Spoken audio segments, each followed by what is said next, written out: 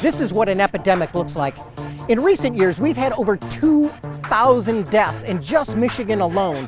And if you look at the decade past, if you get back all the way back to 1999, this was the rate that we had.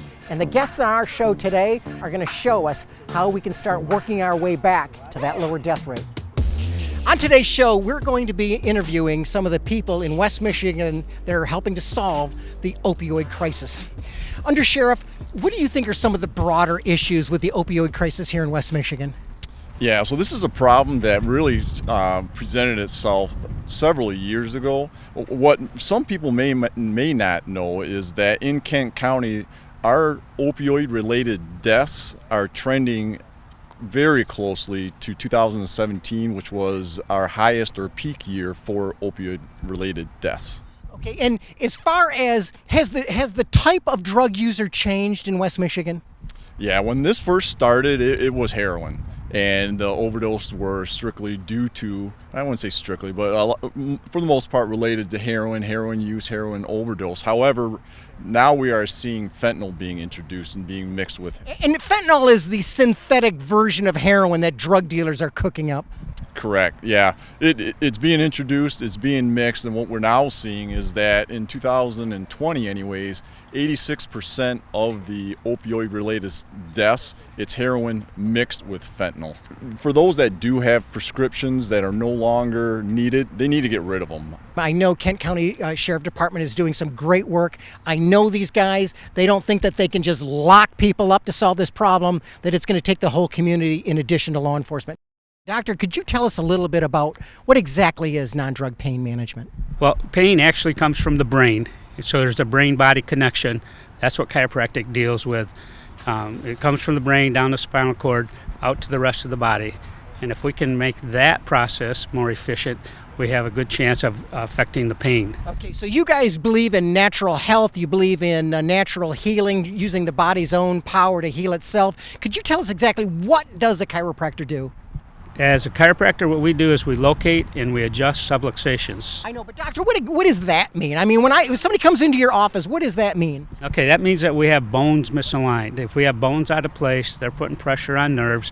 They're not allowing the free flow of energy from the body to the brain and the brain to the body. So we help free that up. We get those bones back in place, we get the nerve pressure off, and we get the body functioning closer to 100%.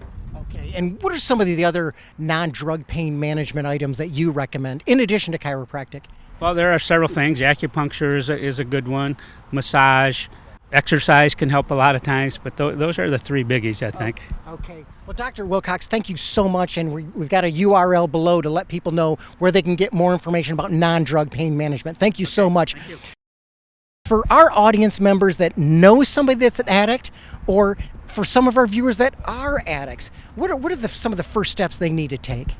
Well, the first big step is to admit that they have a problem and that they're powerless over that drug. So the more you can catch somebody upstream at the beginning of this problem and awareness that they have a problem, the better.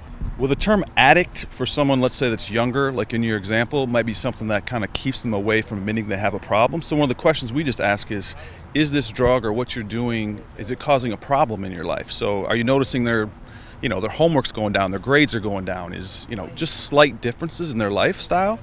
And someone needs to say something to them, right? So it's a conversation that a lot of people are afraid to have. Approach them. That's what we got to start doing. We got to start approaching our friends, our family, and co-workers that we suspect are drug addicts, and just ask them. Is that the best way to start? Absolutely. I mean, so at Guiding Light, we'll get calls from parents or loved ones or maybe a girlfriend that says, this guy really needs help, and we'll say, well, we need to talk to this person, right? We can't get them into rehab. They need to want to get to rehab to make a change in their life. Our foundations period is 4 months. So when someone comes to us, they're going to be with us if they stay in the program for 4 to 6 months. And we say, take it slow.